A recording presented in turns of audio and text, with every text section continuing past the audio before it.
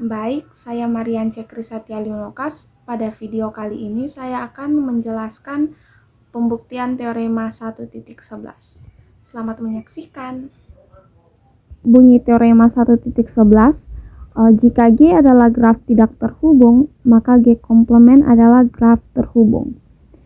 Untuk buktinya, kita ambil sebarang U dan V itu elemen VG, dan akan ditunjukkan bahwa G komplement adalah graf terhubung, atau dengan kata lain yang ingin kita tunjukkan di sini adalah terdapat lintasan dari U ke V di G komplement.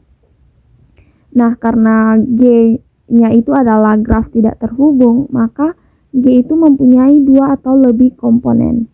Nah, untuk G sendiri ini, karena G mempunyai dua atau lebih komponen, kita dapat membaginya ke dua kasus. Kasus yang pertama itu jika untuk U dan V itu berada dalam komponen yang berbeda di G, dan yang kedua U dan V itu berada dalam komponen yang sama di G. Yang kita akan membahas dahulu kasus yang pertama, yaitu U dan V berada dalam komponen yang berbeda di G. Nah, karena U dan V berada dalam komponen yang berbeda, maka U dan V itu tidak bertetangga di G. Atau dapat ditulis, U dan V bukan elemen EG.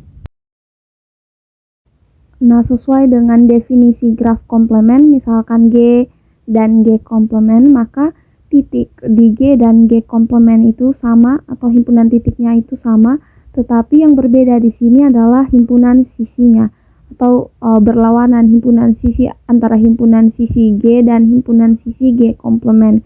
Sehingga untuk dapat kita perhatikan di situ, karena U dan UV itu bukan elemen dari EG, maka dapat kita katakan bahwa UV itu merupakan elemen dari EG komplement.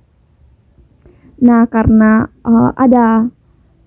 U dan V merupakan elemen dari EG komplement, maka ada lintasan dari U ke V di G komplement, sehingga dapat kita katakan bahwa G komplement itu adalah graf terhubung. Selanjutnya kita akan membahas kasus yang kedua, yaitu jika U dan V berada dalam komponen yang sama di G.